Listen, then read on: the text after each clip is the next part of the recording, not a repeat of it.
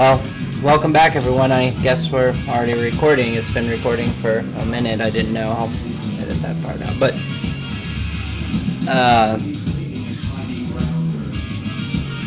what I'm listening to in the background is Screaming Jesus. I'm going to turn it down a bit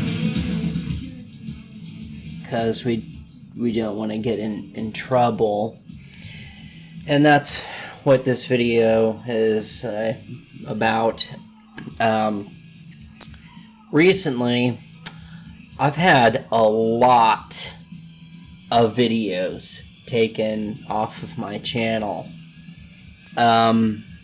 Various reasons, really weird stuff. I don't know if it's YouTube algorithms or if it's somebody who just hates my guts going around and flagging my videos. And if it's somebody going around flagging my videos that hates my guts, my thing on that is why are you here? If you hate my content that much, don't click on my videos. Don't watch my videos. Go away. Leave me alone. But most people that tend to really come on here and hate on me and troll me tend to be far-right people. They love to come in and make nasty comments about the way that I dress, being a homosexual, being a leftist, calling right-wingers fascists that are fascist. I mean, I don't understand the point in that. I mean, it's just like, if you're doing fascist stuff, I mean, I don't understand. Like, if you're ashamed of what you're doing, you probably shouldn't be doing it.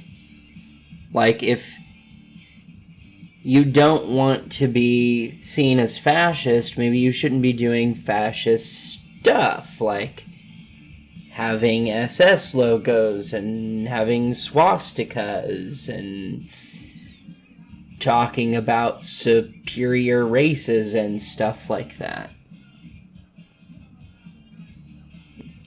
It's not something that I endorse. It's something that I am adamantly against. I'm adamantly against fascism. I'm adamantly against totalitarian dictators, authoritarianism in general. I'm against authoritarianism. Period. I'm against authoritarian leftism, too. I'm an anti-authoritarian. I don't understand why that's a bad thing. I mean, if you're an authoritarian, that's a bad thing, but I thought we were allowed to be anti-authoritarian. Or make it at least positions or arguments in that direction. I guess we're not allowed to do that. But this video that got taken down recently, and I mean, like, I got an alert for this. But there's a whole ton of other videos that were taken down. They're not necessarily, like, gone. I mean, they're still, I can still view them, but they're not available to everybody. They're only I can view them. And it's not because I made them private. It's because YouTube decided that they're bad for some reason. Various reasons. They give various reasons. The video that they gave me a strike for, I'm hoping it's not permanent. It was a video that I did about gay pride. And they struck it down for hate speech, which is really weird because I have been an LGBTQ activist before the internet was even a thing. Actually, just recently, let me back up here.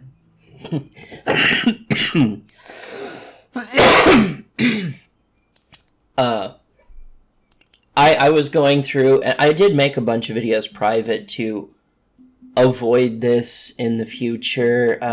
I don't like that I have to do that, but I had to do it because there's videos on this channel that have nothing to do with social political commentary or philosophy stuff.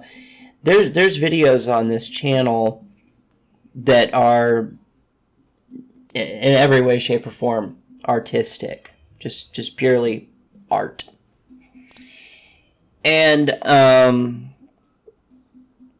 it was when I put it on Twitter. I used to put these videos on Twitter. It was of gaming. Like I was really deep into the Tomb Raider community, and I had a lot of friends on there. Was friends with all the teams that were in Tomb Raider. I made some videos about the Tomb Raider teams, actually. And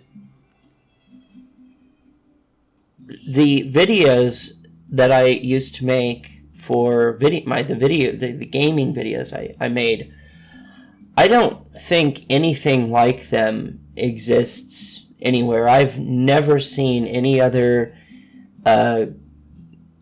gaming channel make video game videos the way that I did. I've never seen them. I've never seen anyone do like what I've done with them. They're unique. I put a lot of time and effort into them. They were a lot of work. It was hard work. I mean, it took a lot of time to get just the right game that played out, and I would try to get, I would put in all these weird effects and experiment with different things, and try to, I would go out and I would get music from no copyright sounds. That's what that channel was for, is you know, for content creators to use, where you wouldn't get hit with a copyright strike or royalty fees and stuff like that. I've always maintained the principle that, you know, like, if an artist allows me to have the song on my channel, if they wanted to run ads and collect revenue from it, I was fine with that. Like, just what I don't want is them to silence a portion of the video out to where you can't hear anything, because they can't just silence the song. They have to silence the entire audio track where that song is, so you can't hear anything at all. That has happened. Then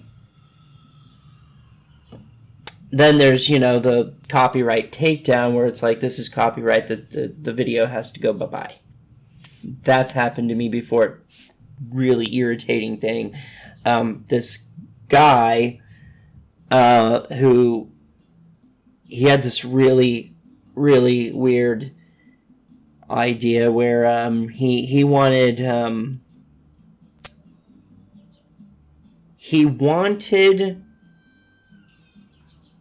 people, like Middle Eastern immigrants, to come over here and destroy. I have to be careful with my language now. It's like walking on eggshells. Destroy all the white people. This is what he said. So, and then the Middle Eastern people can go somewhere else, and then have black people take over the United States. That this was his actual position, and I thought that was very strange, and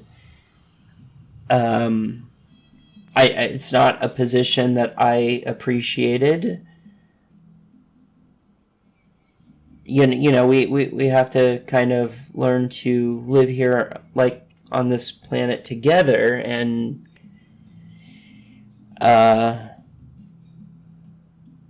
there's a word for what that is, and I am not sure that I can say what it is, but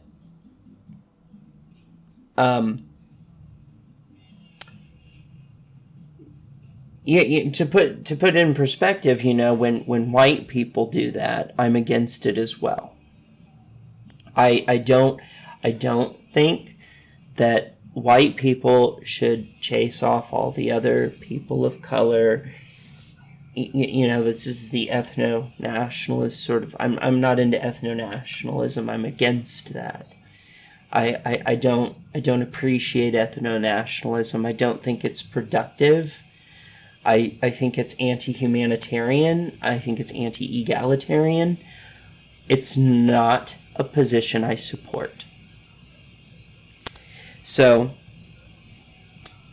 I only played like maybe 5 minutes of this guy's video, and well, not even of the video, just the audio, just the well, no, I think it was 5 minutes of his video, but it was a 20-minute video, and only 5 minutes of the video, 5 minutes, maybe less than that, were like showing the part where he said that. And then it was a picture that I had taken with my friend Diana, and no video, is sort of podcast style, but like the rest of it was just me talking about this guy's philosophy, and I didn't agree with it, and that I'm like, you know, this is sort of an ethno-nationalist approach, but you know, instead of white people, it's from a black person's perspective. And yeah, so he struck he gave me a copyright strike, saying that he owned rights to that video. It's like, but pretty the like 90% of that content was all me. That photograph was taken by me, of me and my friend and I, and the audio track was all me, the thoughts was all me. It's just my intellectual property of me, like, just showing.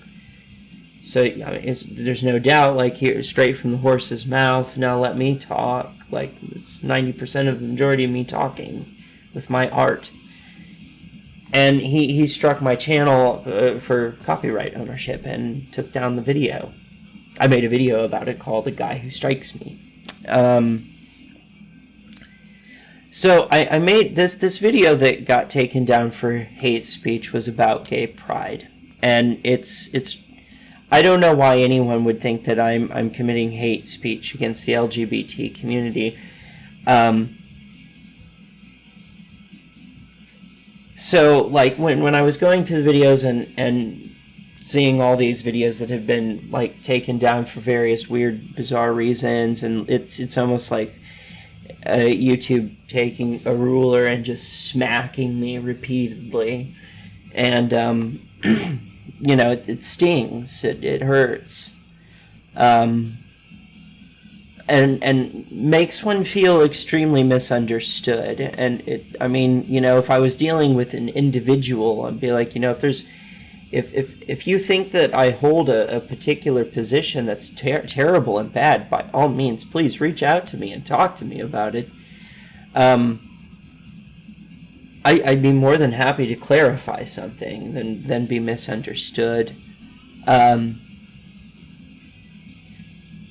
What I'm getting at is, like, so when I was going through the videos, I found a video that I did a really long time ago, and I was just sort of sitting there playing guitar, just kind of going over random thoughts and current events, things that were going on while playing guitar, and it was really chill, really laid back. I actually really liked and appreciated the lighting and the setup and everything. It was really kind of cool. I liked it. I'm like, you know, I kind of miss doing videos like this.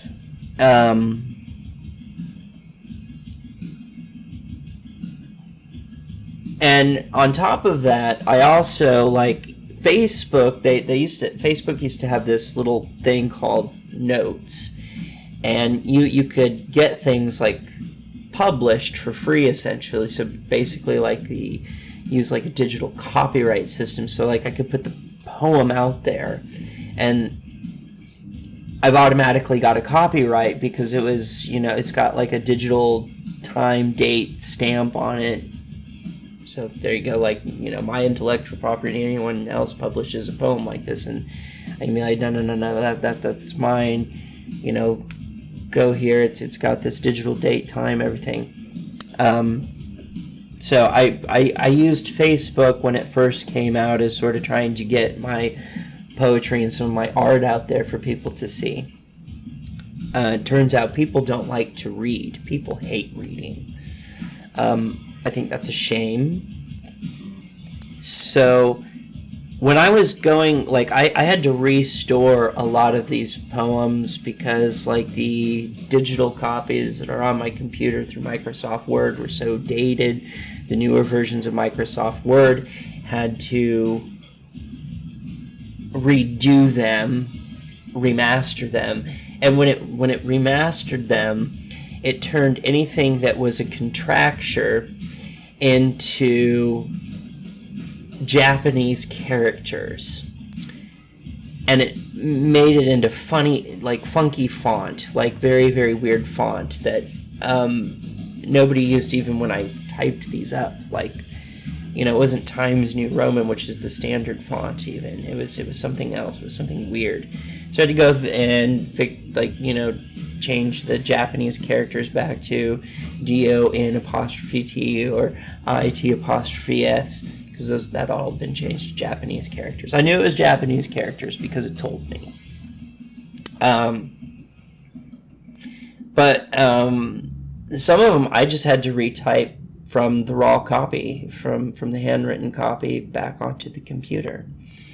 And when I was looking through trying to find these very specific poems that I personally think, like myself, I think they're the best. As I'm going through, I found something really cool. I found something from my youth where I had a news article published, or like a little piece published in the paper.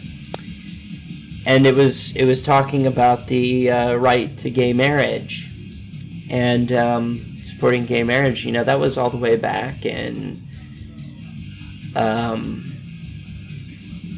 somewhere around 2000, maybe 2001, 1999, somewhere around there was when that was published, and was possibly the cause of why Reverend Aaron Phelps from the Westboro Southern Baptist Church protested at my graduation. There was someone else in my class that also had an article published with the paper talking about an alternative lifestyle, and the thought was, well, that maybe he was there protesting because of that, thinking that alternative lifestyle was sort of referencing gay lifestyle. And I talked to someone from my graduating, somebody I actually went to school with since elementary school all the way through high school. I told him that I wrote an article that got published too about gay marriage, supporting gay marriage rights. And he's like, I didn't know you did that. I'm like, I know you didn't know because you didn't talk to me in high school.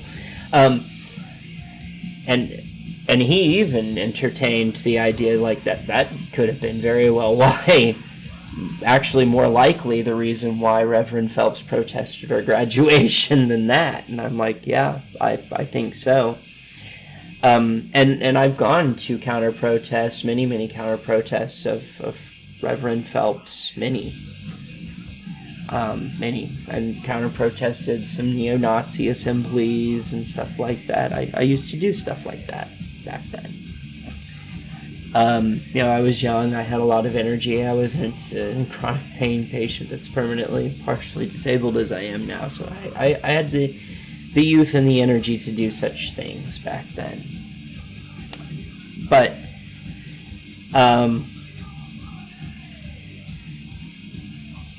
I come to this, and you know, like I've got a video down now that says I was hate speeching against the LGBTQ community when I've been an advocate and activist for LGBTQ rights before any state had even legalized gay marriage.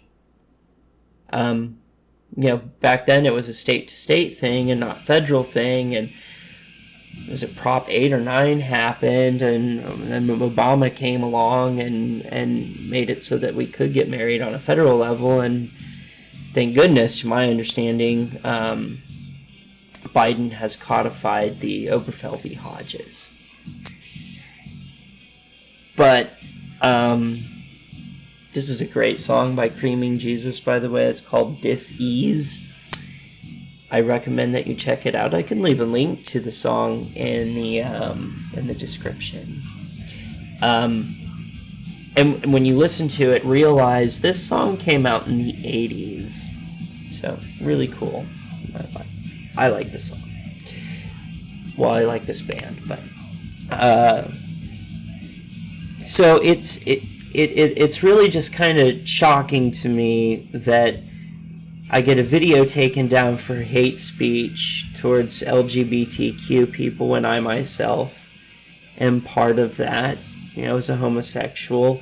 The video itself, like, reviewing it, like if nobody knew who I was and knew what my, like, sort of principles and philosophies were, I could see why they would think that. The video ultimately was about how I don't think the gay community, when it comes to Pride, is inclusive enough. And now with, you know, like, the non-binary crowd picking up traction, which, you know, back when I was young, we didn't have... I knew no one that used this term, non-binary. It's just sort of like I've had non-binary boyfriends. It took me a while to figure out what non-binary even meant. Yeah, I've had non-binary boyfriends. It's just that word was never used. It's just the way that they were was from the group of people that I was hanging out with, you know, like, it was just perceived as this as individual expression. This is how this individual is. That they, you know, they didn't fit into a box or into a label, into a category, that they went beyond the norm. And from my perspective, you know, this is a good thing. You know, this is somebody who's not afraid to be an individual and be themselves despite social norms. They broke social norms. They said, I'm not going to do something because society tells me it's wrong. I'm going to be myself. And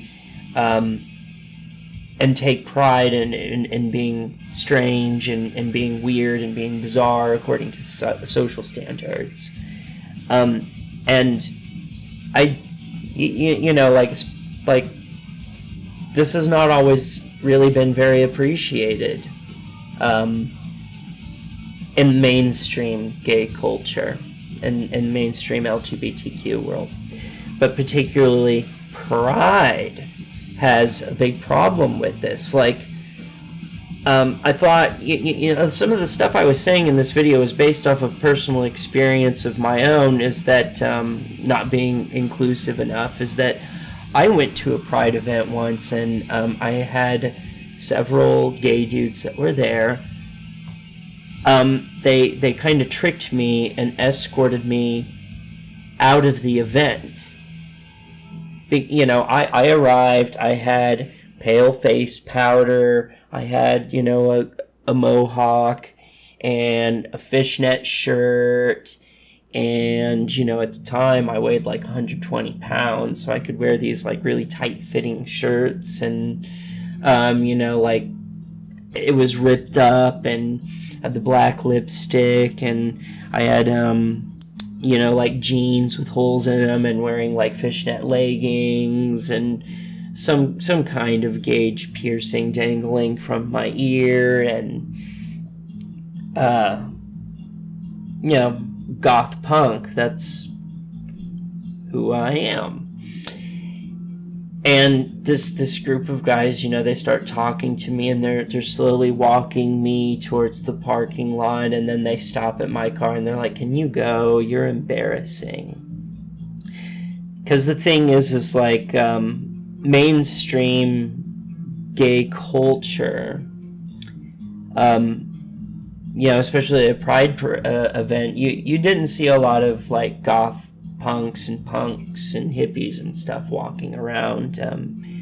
You know, we're talking about very, you know, like Prada, Christian Dior, Gucci,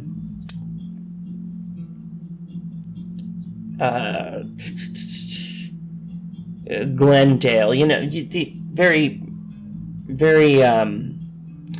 in vogue fashion trends. But the majority of the people, like, I would say, are what we called back then preps and jocks, you know, like wearing very designer, well, not designer necessarily, but very in line with what is considered fashionably trendy at the time, the norm. A lot of people wore or dressed in American Eagle, Hollister, Abercrombie and Fitch, Old Navy. Like I said, you know, like sort of preppy, jock-like wear. And someone who was dressed like me, well, that was strange. And apparently unwelcomed. So I felt that, you know, when I hear the LGBTQ community come Pride Month and they're saying, "Oh, we're so inclusive, we're so inclusive, we're so inclusive," it's like, well, I guess if you're counterculture, not really. And I think that the gay community should be more inclusive than that. You want to celebrate pride and diversity and inclusiveness. Be inclusive. You know, you can't have the double standard of like, we're inclusive, but only if you fit in the box. And like I said, with the group of the non-binaries coming, like they're rising up. And I think mainstream LGBTQ community can be pretty unaccepting of that if it doesn't fit inside of a box. And that was one of the things that I was sort of saying in that video. The other thing that I was saying in the video is that Pride had become predominantly about commercial endorsements. It's very commercialized, very corporate, and that's one thing that I am, is anti-corporatist, anti-commercialism. So one of the things that I wanted my fellow LGBTQ people out there to know is one of the alcohol vendors at Pride events, they made a line of alcohol that is different colors, and you line it up, it looks like a rainbow, you know, Pucker. I forget what company makes that, but the Pucker line, these green apple and all these other different flavors, but it lines up, it makes a rainbow, and everybody's, you know, like, yeah, gay pride, solidarity. But what you may not know about when they came out with that the board of directors, when they were talking about marketing at Pride events to us LGBTQ people, they weren't doing this to show that they were progressive or that they stood. Honestly, I don't think that they stood with us or against us. It's more like you're a walking pocketbook. And the head CEO actually said, what can we do to get these? Hi everyone, this concludes part 1. Being that the video was so long that I recorded, it will probably be broken up into 4 parts. So maybe 1 in 4, maybe 1 in 3, maybe 1 in 5. I'm not sure, but I will get the second part released as soon as possible.